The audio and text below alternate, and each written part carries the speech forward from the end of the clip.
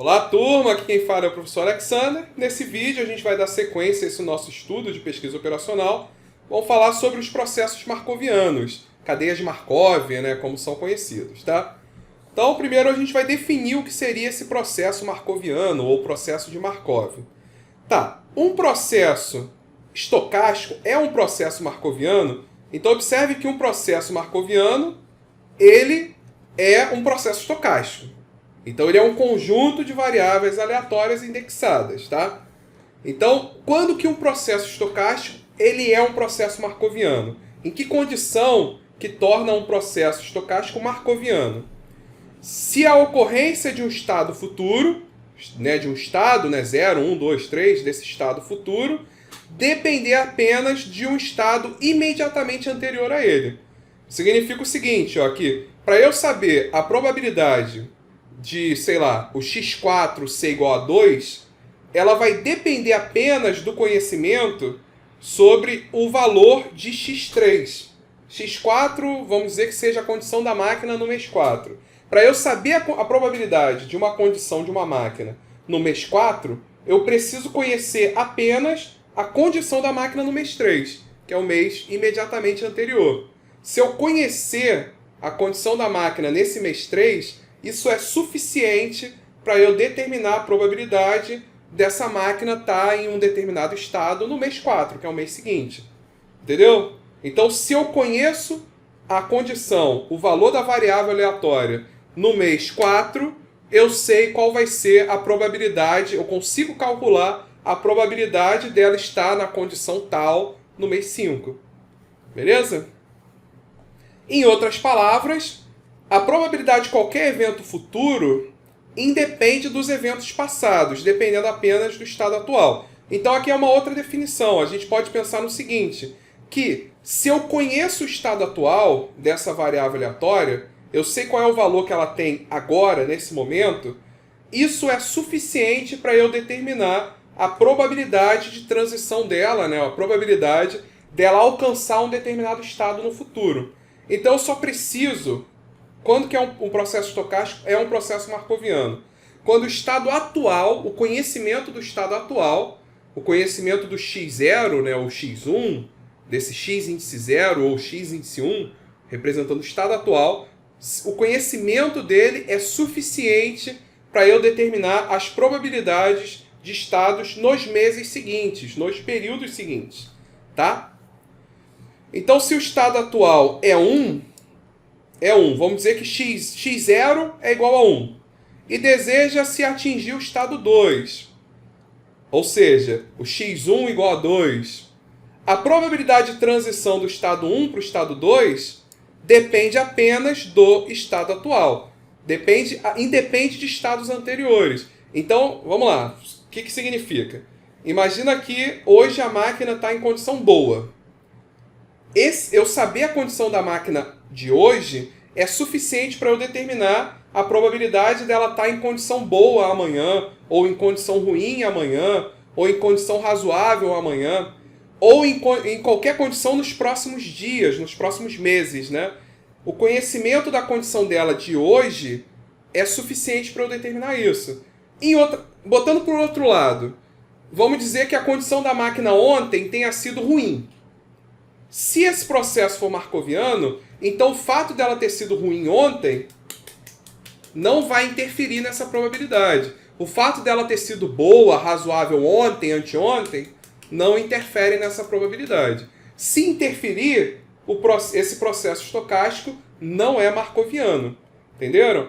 Se a condição da máquina no mês anterior ela interfere na condição da máquina nos próximos meses, no mês anterior ao atual, nos meses passados, ela for necessária para determinar a probabilidade da condição da máquina nos meses seguintes, então esse processo estocástico não é marcoviano. Beleza? Para ser marcoviano, ela tem que independer das condições do passado. Ela tem que depender apenas da condição atual da máquina.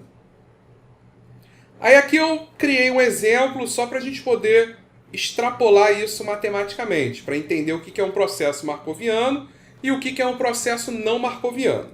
Então vamos lá.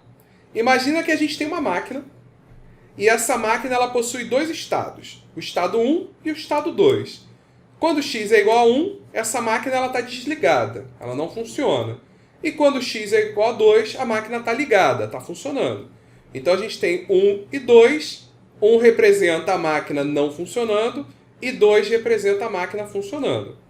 E o t, nesse exemplo, ó, não vai ser o tempo. O t vai ser a quantidade de vezes que a gente apertou o botão de liga e desliga da máquina.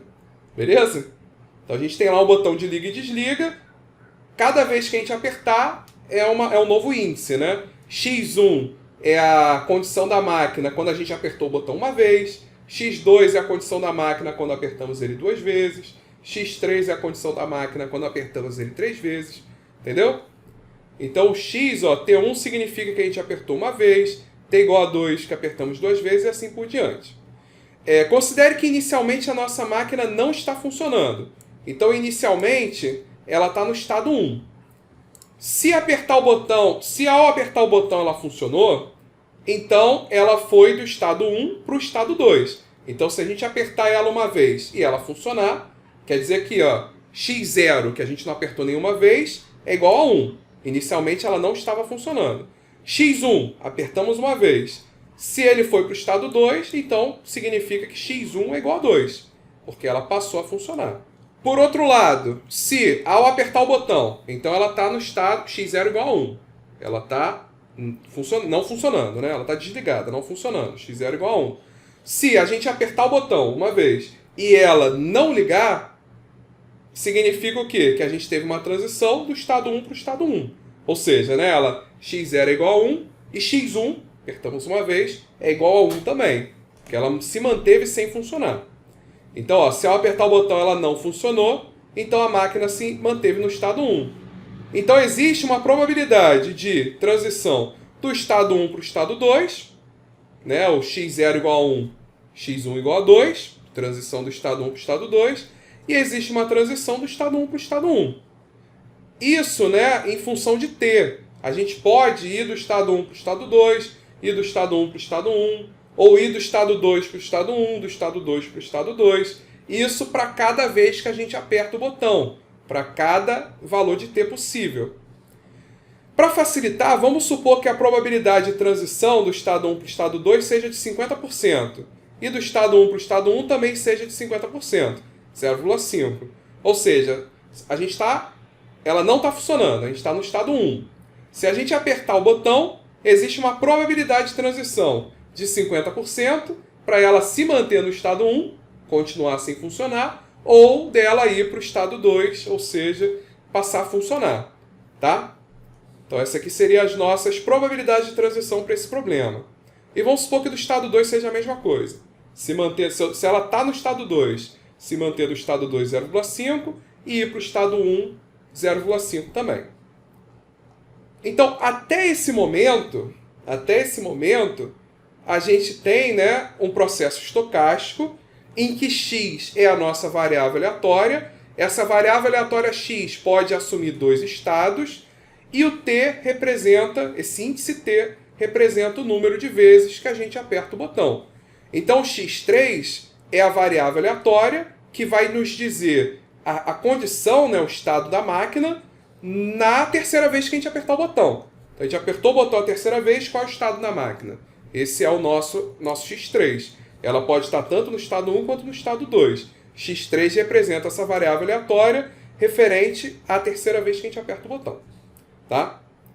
Ok, até aqui é um processo marcoviano. Até aqui, a gente, com o estado atual da máquina, é suficiente para a gente determinar qual vai ser a condição da máquina na próxima vez que a gente apertar o botão. Então, se eu sei que ela está não funcionando, eu consigo calcular a probabilidade dela estar não funcionando quando a gente aperta o botão uma vez. Ou estar funcionando quando a gente aperta o botão uma vez. Então, a gente consegue determinar isso até esse momento. Então, nessas condições até agora, nós temos um processo marcoviano. Tá? Vou adicionar uma condição agora para fazer com que ele seja não marcoviano. Ó. Observa só.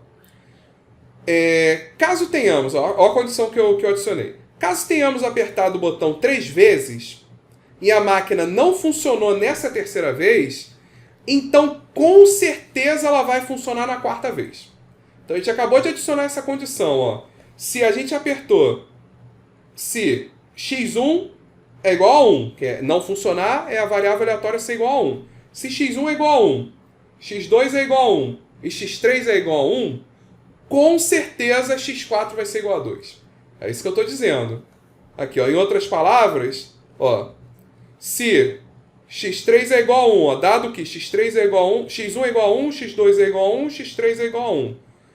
x4 ser igual a 2, a probabilidade disso acontecer é de 100%. É igual a 1.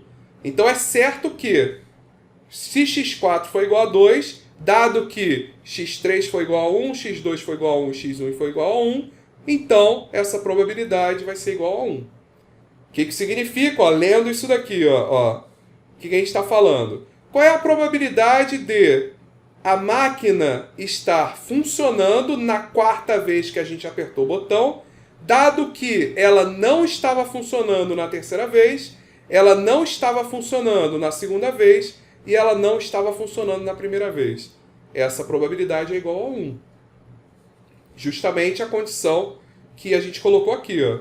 Significa que na quarta vez que a gente apertar o botão, a probabilidade de transição do estado 1 para o estado 2 vai ser de 100%, caso a máquina tenha ficado no estado 1, não funcionando, nas primeiras 3 vezes que a gente apertou o botão. Então, matematicamente é isso aqui, ó. Beleza? Então, lê-se dessa forma daqui, como a gente já viu, né? Probabilidade de x4 ser igual a 2. Probabilidade de a máquina estar no estado 2 na quarta vez que a gente aperta o botão. Dado que x3 igual a 1, x2 igual a 1 e x1 igual a 1. Dado que na terceira vez ela estava no estado 1, na segunda vez ela estava no estado 1, e na primeira vez ela também estava no estado 1, é de 100%. Agora para um t qualquer. Aqui a gente definiu primeira vez, segunda vez, terceira vez, quarta vez. Só que aqui não falou que tem que ser primeira, segunda, terceira e quarta. Aqui ele falou apertar o botão 3 vezes. Poderia ser, por exemplo, a quinta, a sexta e a sétima vez. Se x5, x6 e x7 é igual a 1, então x8 com certeza vai ser igual a 2. Entendeu? É 3 vezes seguidas, independente de quando que isso tenha acontecido. Então, de maneira geral, ó, eu coloquei aqui um t qualquer, tá vendo? Para ficar bem claro que isso serve para qualquer vez que a gente apertar o botão. Então, se ó, a gente apertou o botão 3 vezes, ó, que seria o t-2, t-1 e t. Imagina que o t seja igual a 10. Então seria 8, 9, 10. Se na oitava, nona e décima vez a máquina se manteve no estado não funcionando, certamente na 11ª vez, né, xt mais 1, ela vai estar no estado 2. Essa probabilidade é de 100%, é igual a 1. Beleza? Então, o que a gente está vendo aqui, ó, nesse exemplo? Olhando agora para o caso geral. Repara que, normalmente, vamos lá, normalmente, se no estado atual dessa máquina ela está no estado 1, a probabilidade dessa máquina ir para o estado 2 é igual a 0,5. Então a probabilidade, ó, pegando só esse pedaço aqui, ó, a probabilidade de essa máquina ir do estado 1 para o estado 2 é 0,5. Não foi isso que a gente viu lá no início do problema? A probabilidade de a máquina ir para o estado 2, dado que ela está atual no estado 1, essa probabilidade é 0,5. Foi isso que a gente definiu. Só que, com essa condição que a gente aplicou, a gente pode ter certeza que essa probabilidade vai ser 0,5? Não podemos. Por quê? Porque, ó, dado que ela está no estado 1, beleza? Mas quais foram os estados anteriores? Porque se no mês anterior ela esteve no estado 1 e 2 meses atrás ela também esteve no estado 1, essa probabilidade agora não vai ser 0,5. Essa probabilidade vai ser igual a 1. Entenderam? Vamos lá, de novo, só para ficar claro isso. Normalmente, se a máquina está no estado 1, a probabilidade dela ir para o estado 2 seria de 0,5. Mas a partir do momento que eu coloquei essa condição, isso já não é mais verdade, isso deixou de ser verdade. Por quê? Se eu perguntar para você agora, ó, sabendo que a máquina está no estado 1, qual é a probabilidade dela estar no estado 2, dela ir para o estado 2? Você vai falar assim, depende. Depende do quê? Depende dos estados anteriores. Se o estado anterior foi 2, 0,5, não vai mudar. Se, sei lá, o estado anterior foi 1, mas o estado T-2 foi 2, vai ser 0,5 também. Só que, se o estado anterior foi 1 e dois estados anteriores foi 1 também, se isso daqui acontecer, essa probabilidade não vai ser 0,5, vai ser 1. Então depende do quê? Depende de estados anteriores ao estado atual. Por isso que, nesse caso, com essa condição que a gente adicionou, esse processo estocástico deixou de ser marcoviano. Ele não é marcoviano. Por quê? Porque a probabilidade de transição para o estado futuro, tá vendo? Não depende apenas do estado atual. Ó. Depende da gente saber, para esse exemplo, da condição da máquina, da condição dessa máquina, né, funcionando ou não funcionando, em estados anteriores, em estados passados, né, em períodos passados. Então a gente precisa conhecer os estados passados dessa máquina para ser capaz de calcular essa probabilidade. Beleza? Ficou claro isso? Então é isso. Ó. Se o estado atual da máquina é 1, qual será a probabilidade dela mudar para o estado 2 caso a gente aperte o botão? A princípio a gente consideraria 0,5. Porém, se a gente considerar essa condição, veremos que ela pode ser igual a 1 caso o estado atual e os estados anteriores sejam igual a 1. E essa condição faz com que a probabilidade de transição desse estado 1 para o 2 não dependa apenas do estado atual. Ela depende dos estados passados, dos estados anteriores a ele, fazendo com que esse processo estocástico deixe de ser marcoviano. Agora, se a gente não tiver essa condição, o nosso problema, nosso processo estocástico, ele é marcoviano. Então, aquela condição inicial, em que a gente consegue determinar a probabilidade de transição para qualquer estado apenas a partir do estado atual, em que era 0,5, né? Nesse caso, a gente tem um processo estocástico que é um processo marcoviano. Logo, qual é a conclusão que a gente chega? Que um processo marcoviano, se ele precisa apenas do estado atual, um processo será marcoviano se ele precisar apenas do estado atual para obter a probabilidade de transição para qualquer estado futuro. Então, isso que define um processo marcoviano. O estado atual ele é suficiente para a gente determinar as probabilidades para os estados futuros. Qual é o significado matemático disso? O significado matemático seria o quê? Ó?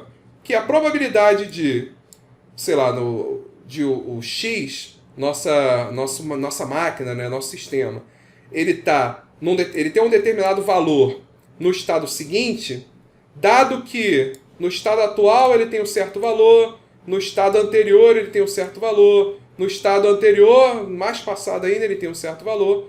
Isso é igual à probabilidade dele assumir um certo valor no estado seguinte, dado que ele tem um determinado valor no estado atual. Tá, o que isso aqui está mostrando? Que, ó, isso daqui, ó, se isso for igual a isso significa que essas probabilidades de transição, ó, do estado atual para o estado seguinte, ainda que a gente tenha os estados passados, não vai interferir, tá vendo? Ela depende apenas do estado atual. Então, ó, ainda que a gente saiba quais são os estados passados, isso não vai afetar o valor da probabilidade de transição. Tá vendo? Ela é igual, ela independe dos estados passados.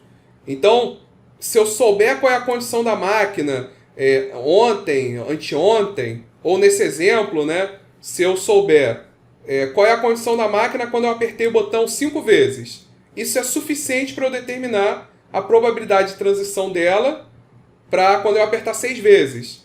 Não, independente de quando eu apertei 4 vezes, quando eu apertei 3 vezes, independente disso, a probabilidade vai ser a mesma. Ela depende apenas da condição atual, dessa condição que eu conheço agora.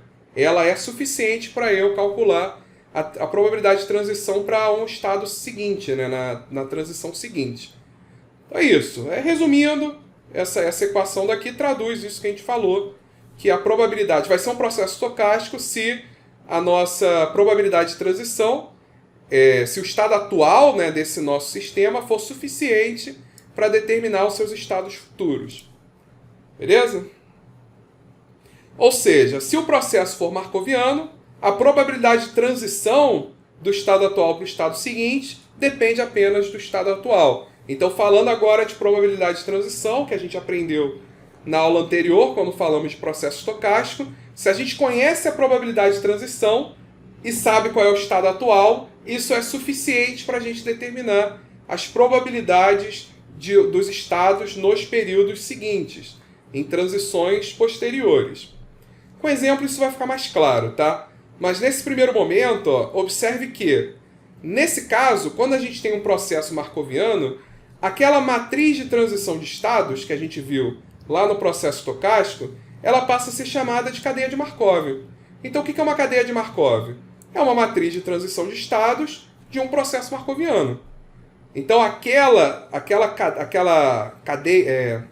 matriz, né? Aquela matriz que a gente viu lá atrás, se esse nosso processo estocástico for marcoviano, essa matriz ela é uma cadeia de Markov. E aí a gente vai ver que ela tem determinadas propriedades que vão facilitar os nossos cálculos. Por que a gente está vendo com tanta ênfase processos marcovianos? Por quê? Porque matematicamente é mais fácil de lidar. Quando a gente coloca essas condições que situações passadas influenciam na probabilidade de estados futuros, isso torna a nossa matemática um pouco mais complexa. Qual seria o caso mais simples do ponto de vista matemático? É o caso de que apenas o estado atual é suficiente para determinar as probabilidades futuras, que na prática é bastante razoável, isso pode acontecer. Então existem alguns sistemas que se comportam dessa maneira, em que o estado atual ele é suficiente para determinar a condição futura do sistema. E aí nesse caso a gente vai representar ele como um processo marcoviano, e aí toda a matemática que a gente vai aprender vai poder ser usada nele. E é uma matemática que a gente vai ver que é bastante simples. Se ele não fosse marcoviano, ou seja, se condições passadas influenciarem nas condições futuras dele, aí a matemática ela vai ficar um pouco mais complicada. Não é muito mais complicada, mas fica um pouquinho mais difícil sim, tá? Então aqui, beleza, temos então o nosso diagrama de transição, que agora a gente vai chamar de cadeia de Markov. E aqui ó, é o mesmo significado. Aqui tem o valor da transição do estado 1 para o estado 1, do estado 1 para o estado 2, aqui ó, é do estado 2 para o estado 2. Então a gente tem cada uma dessas probabilidades do estado N até o estado M, lembrando que N é igual a M, né? A gente tem N ou M estados, né? Isso aqui é uma matriz quadrada. Então o mesmo número de linhas, mesmo número de colunas.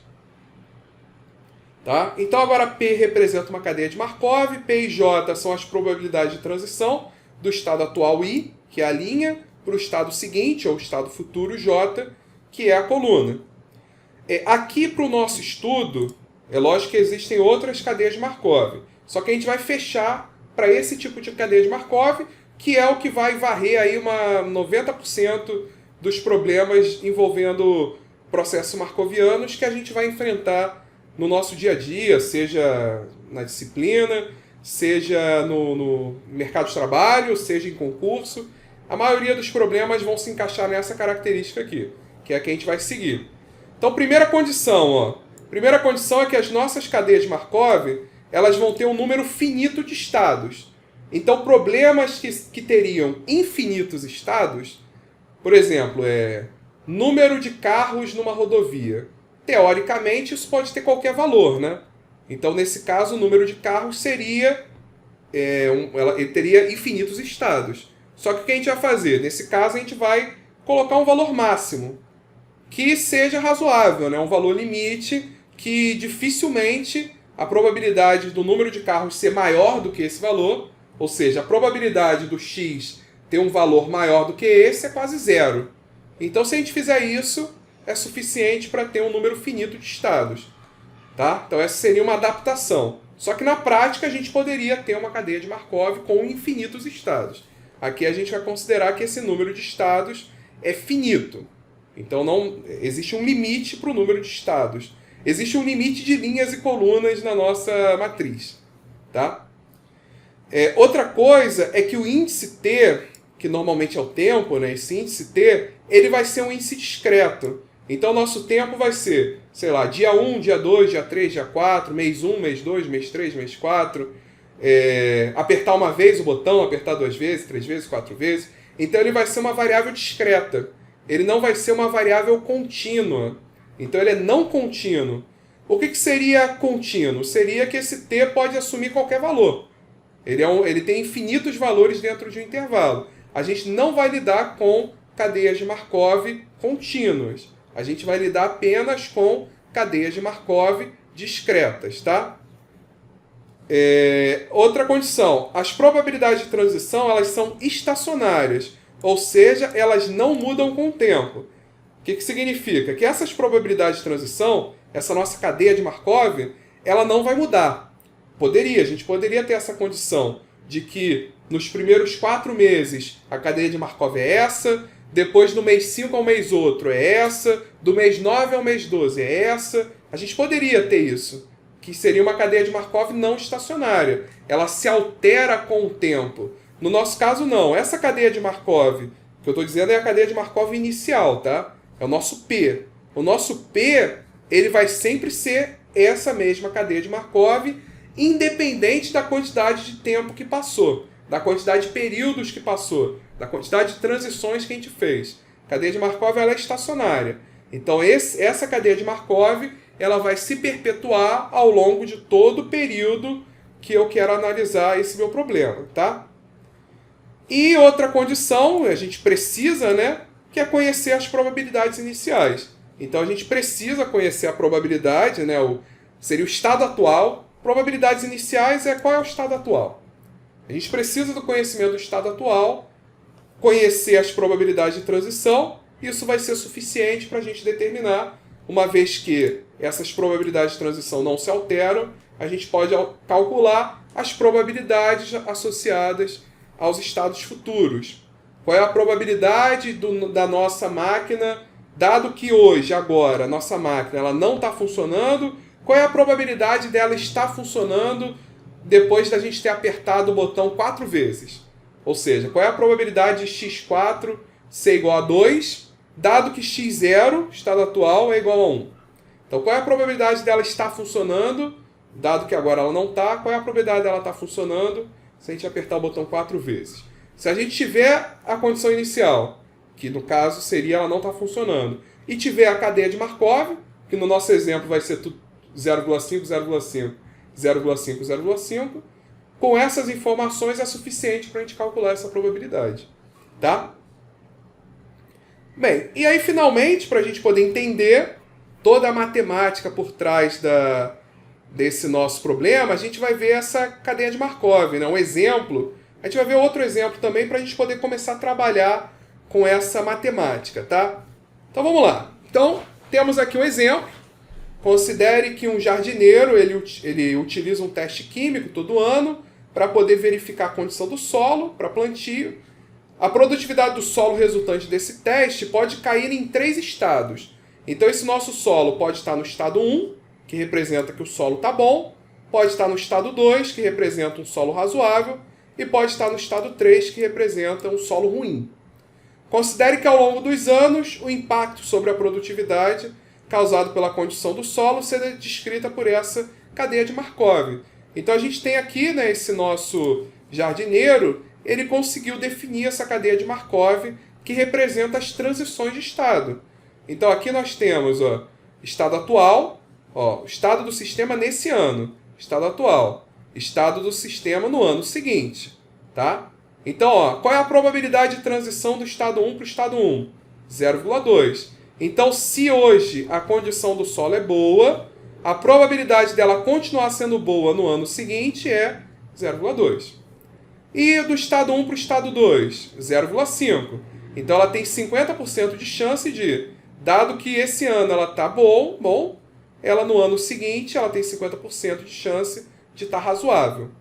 E ela tem uma probabilidade de transição do estado 1 para o estado 3, 0,3. A soma, como a gente já percebeu, tem que dar 1, né?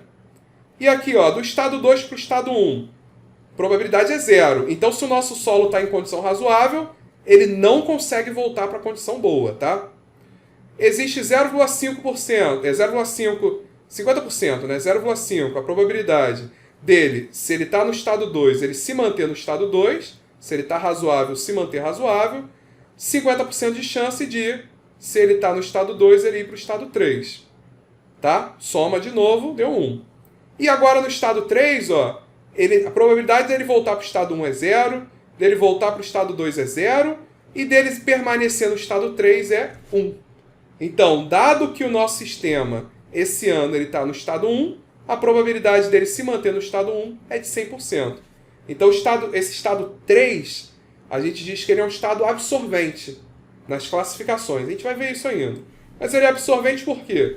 Porque uma vez que o sistema entrou nesse estado, ele não sai mais desse estado. Tá? Então, aqui tem algumas... Isso aqui são as explicações que a gente já viu, né? Associada a cada uma das linhas. Tá? É importante observar que para essa cadeia de Markov, se as condições as condições do solo, ou ela se mantém ou ela piora, né? Ela nunca consegue melhorar. A gente já viu isso, né? Ele nunca consegue retornar para o estado anterior, né? Seria o estado melhor. Ele não consegue voltar para o estado 1 e nem para o estado 2.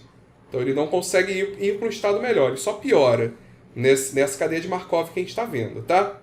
Então aqui é só para a gente começar a ver com calma essa explicação. É a mesma explicação lá dos diagramas de transição que a gente viu em processo estocástico, só que dessa vez, se a gente sabe que esse processo é markoviano, a gente vai ver que, sabendo qual é o estado atual e conhecendo a cadeia de Markov, isso é suficiente para a gente determinar, por exemplo, qual é a probabilidade de... Vamos supor que agora é o ano 0. Qual é a probabilidade de o solo estar em condição boa?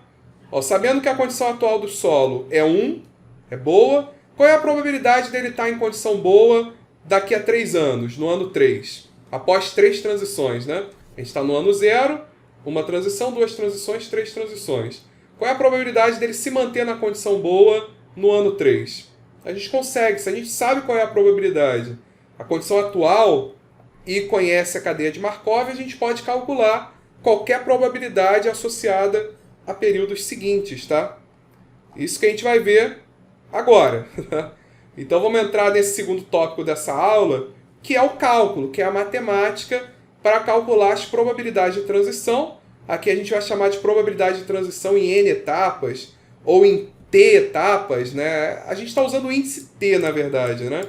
Então seriam em T etapas, ou N etapas, então tanto faz. A ideia aqui é justamente a gente conseguir calcular e criar uma fórmula para calcular a probabilidade associada aos períodos seguintes.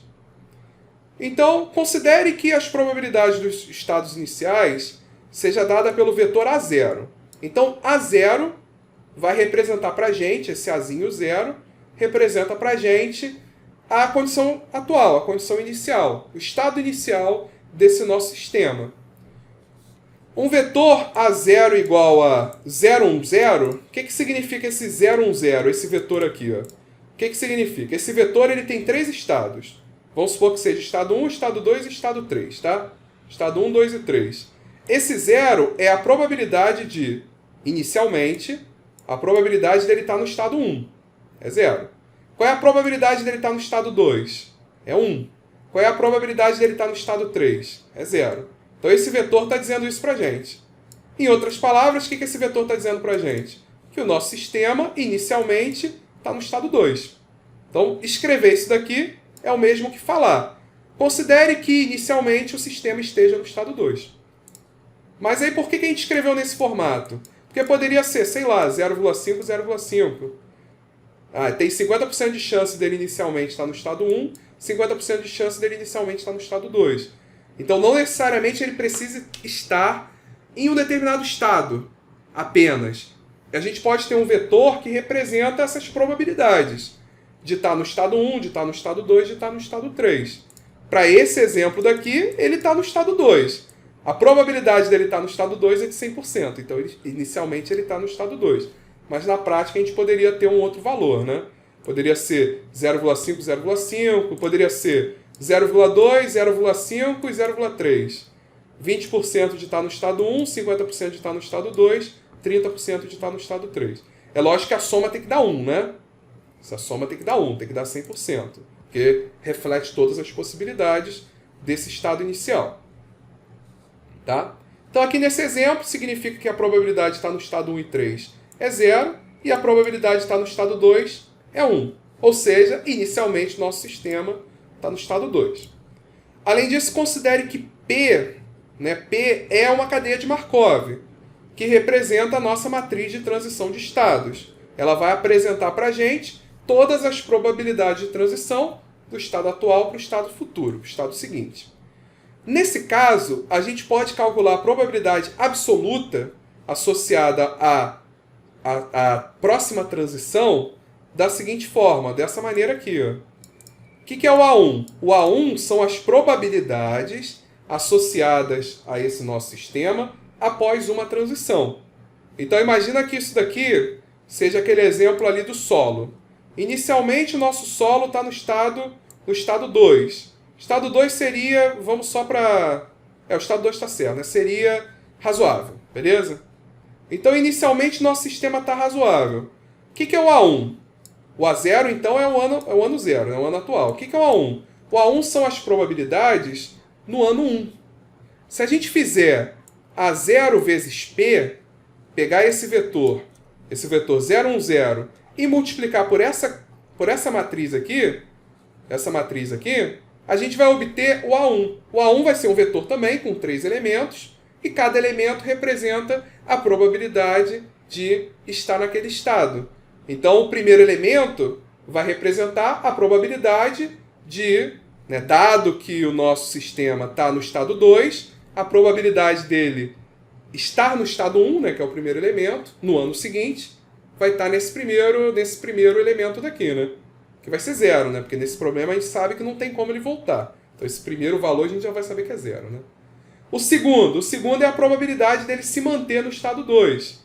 Vai dar 0,5, se fizer a conta, né? E o terceiro elemento desse vetor vai dar a probabilidade dele estar no estado 3. Porque após uma transição, é a própria cadeia de Markov dar essa informação pra gente. Se eu estou no estado 2, qual é a probabilidade de eu ir para o estado 1? 0. Se eu me manter no estado 2? 0,5. De eu ir para o estado 3? 0,5. Então isso com uma transição já é suficiente, a cadeia de Markov é suficiente para a gente obter isso, né? Tá, mas voltando para cá. Então esse A1 seria essas probabilidades associadas a cada estado após uma transição. Nesse nosso exemplo, no ano 1, no ano seguinte. Então essa equação demonstra que para obter as probabilidades absolutas após uma transição, após um período, deve-se multiplicar o vetor das probabilidades iniciais pela matriz de transição de estados, uma única vez. Da mesma maneira, se a gente conhece o estado atual, agora a gente conhece o estado A1. Não conhece? A gente conhece o estado A1.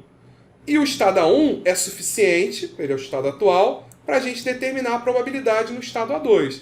Então, se a gente tem essas probabilidades no estado A1 e multiplicar isso por P, a gente obtém as probabilidades de cada estado após duas transições. No ano 2, né? Nesse nosso exemplo, no ano 2. E aí, né, substituindo, então, ó, essa equação evidencia que é possível obter o vetor contendo as probabilidades após duas transições, duas etapas, né, no ano 2, ao multiplicar o vetor das probabilidades no ano 1 pela matriz de transição uma única vez. E aí, ó, repara que o A2 é igual ao A1 vezes P, certo? A2 é igual a 1 vezes P. E quem é o A1? A1 é igual a 0 vezes P. Então substitui aqui, ó. A1 é igual a 0 vezes P. E aí P vezes P dá P ao quadrado, né? Ou seja, em outras palavras, a gente poderia ter determinado o A2 pegando o estado atual, que é o A0, né? Vezes a cadeia de Markov elevado ao quadrado. Então a gente pegaria essa cadeia de Markov aqui, por exemplo, né? Faz ela vezes ela, vai obter esse P ao quadrado, essa cadeia de Markov com duas transições, e aí pega o A0 e multiplica por ela, e esse resultado vai dar o nosso A2. Então a gente pode fazer isso. Beleza? A gente não precisa calcular o A1, o A2, A3, A4. A gente pode calcular simplesmente pegando o A0 e multiplicando pelo P ao quadrado. E aí, em um caso geral, né? Num caso geral, a gente poderia pegar um AT, seria o A0 vezes P elevado a T. Então, se eu quero saber as probabilidades absolutas após 5 transições, A0 vezes P elevado a 5. Após 10 transições, A0 vezes P elevado a 10. Entendeu? Então eu não preciso ir calculando A1, A2, A3, A4, A5, A6.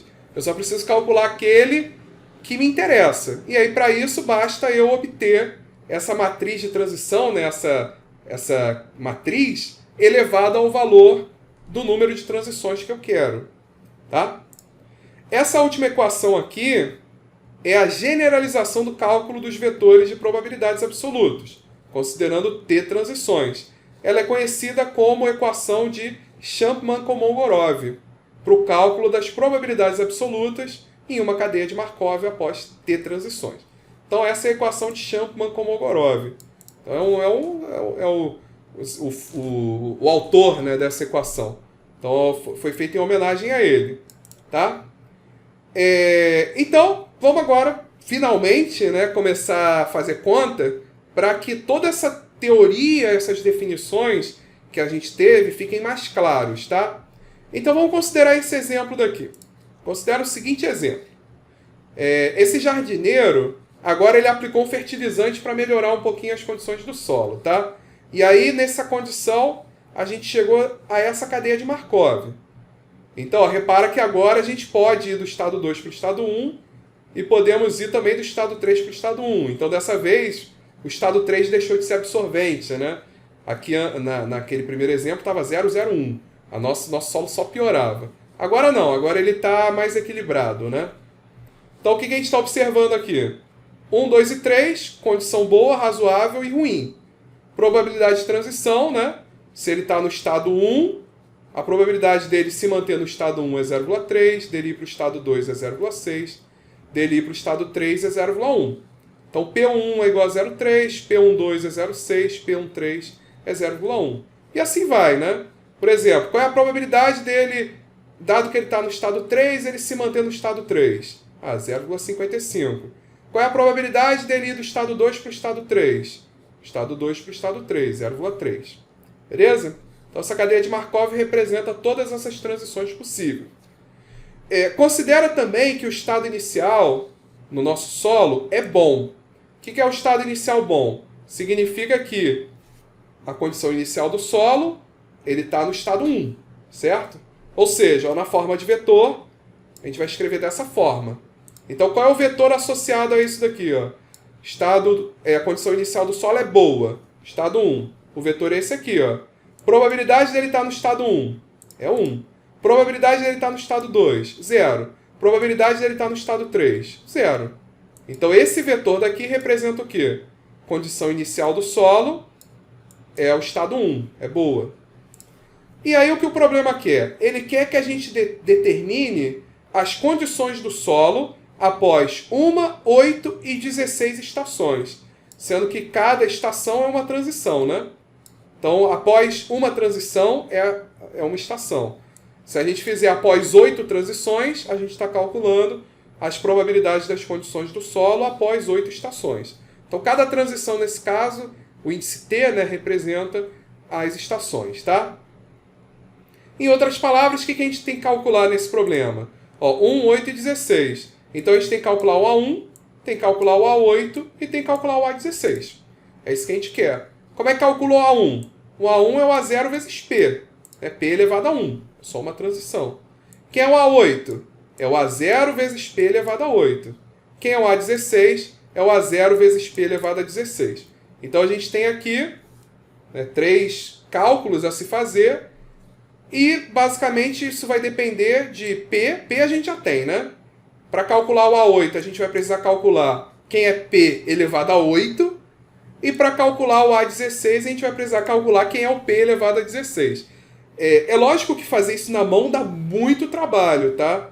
Então eu recomendo que vocês utilizem alguma calculadora que faça operação com matrizes. Seria bem interessante, bastante conveniente, vocês usarem uma calculadora de matrizes. Na internet tem, se colocar calculadora de matrizes, vocês acham aos montes para facilitar essas contas. Mas lembrando que na prova de concurso, por exemplo, aí vocês vão ter que fazer na mão. Então eu também recomendo que vocês saibam fazer essas operações com matrizes, até porque se uma questão de cadeia de Markov cair numa prova de concurso, vocês vão precisar fazer essas contas na mão, tá? É lógico que numa prova de concurso não vai cair um P elevado a 16.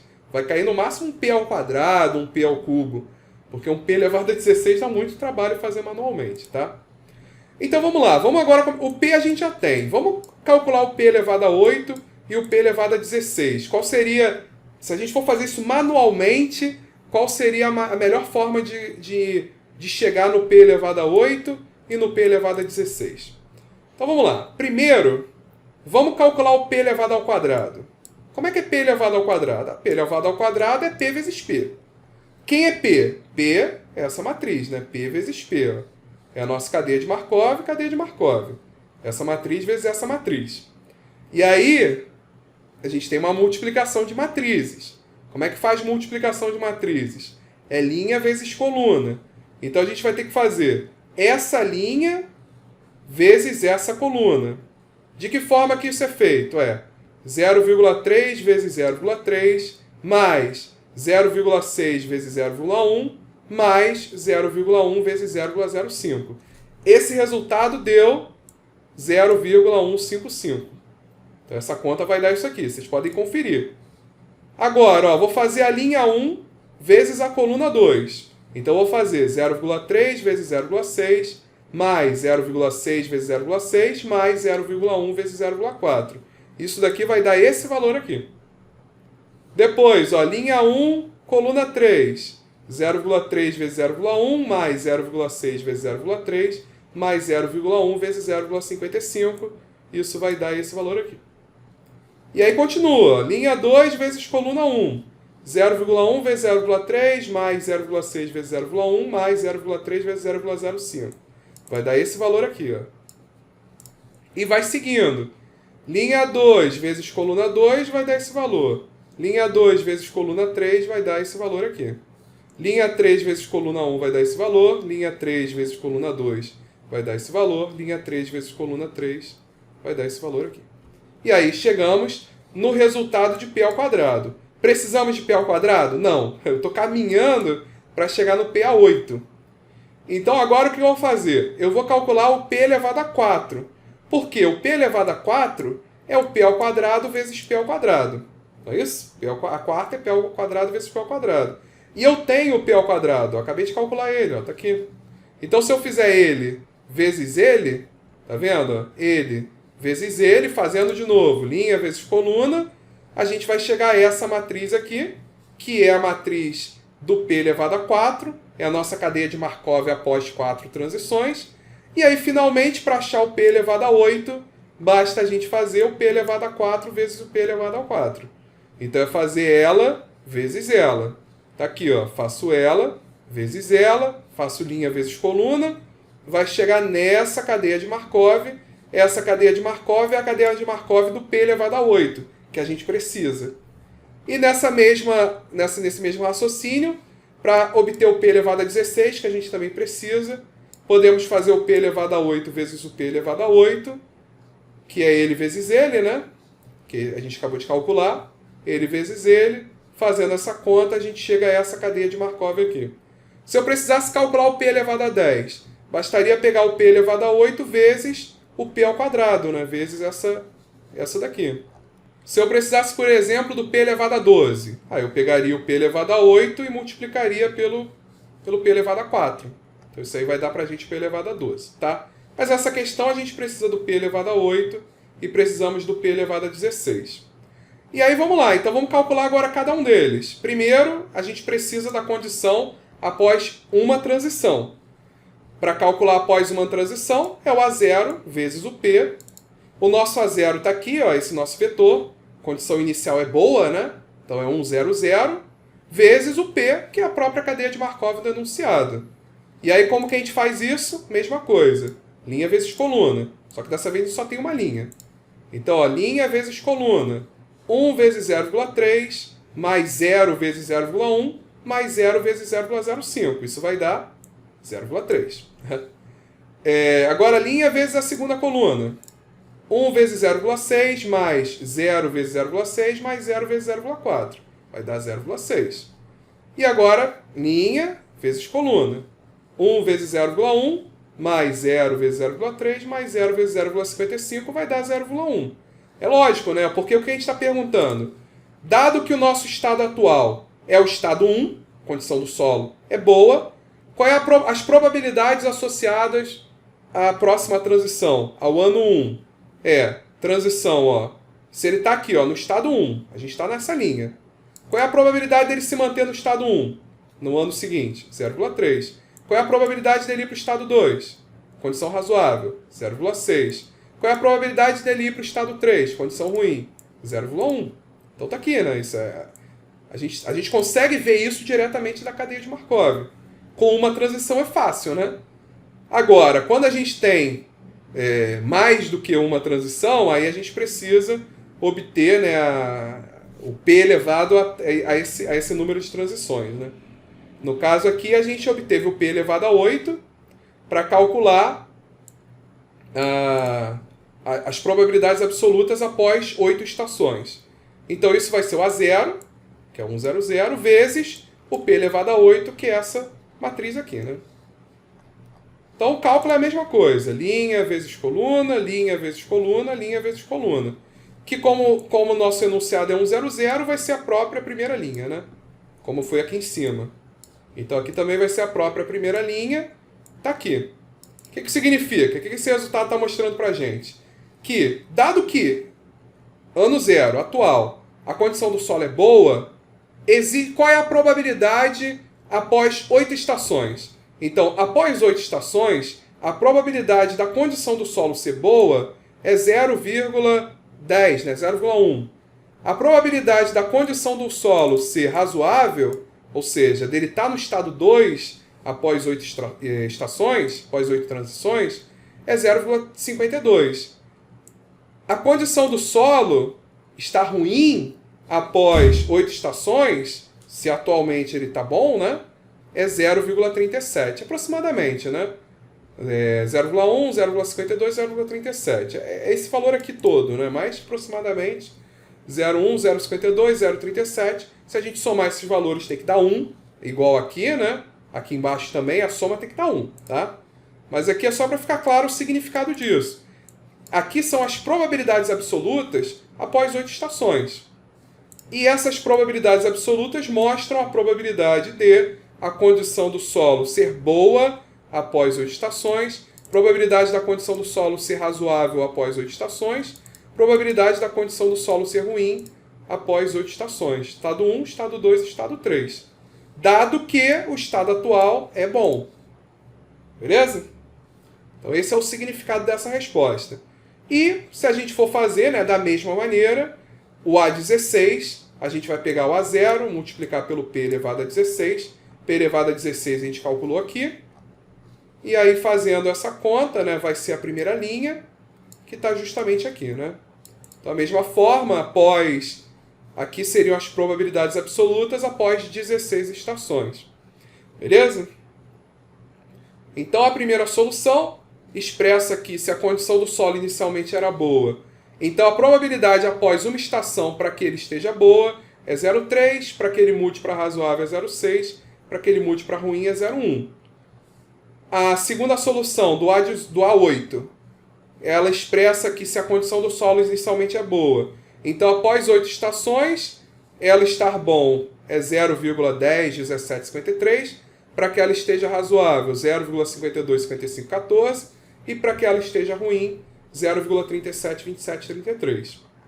E o A16 mostra que se a condição do solo inicialmente é boa, então a probabilidade, né, de após 16 estações, para que ela esteja boa é 0,10, 16, 59, para que ela mude para razoável 0,52, 45, 4, e para que ela mude para ruim 0,37, 2, 8, 8, 1.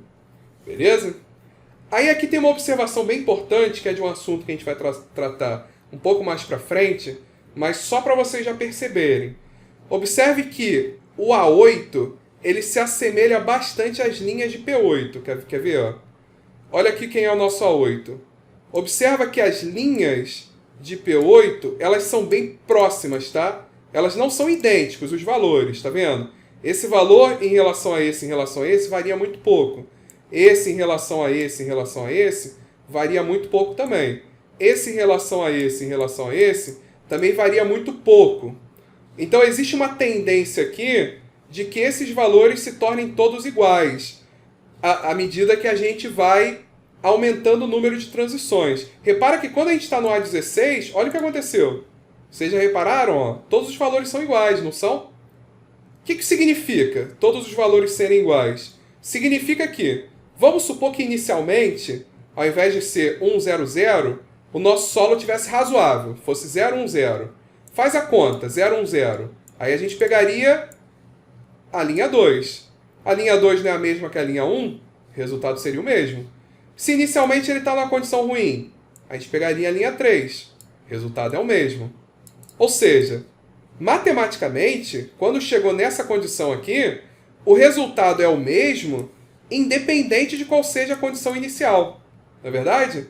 Ou seja, quando a matriz chegou nesse estado em que todos os valores são iguais, né, das colunas são iguais, o estado atual ele não interfere nas probabilidades desse estado futuro.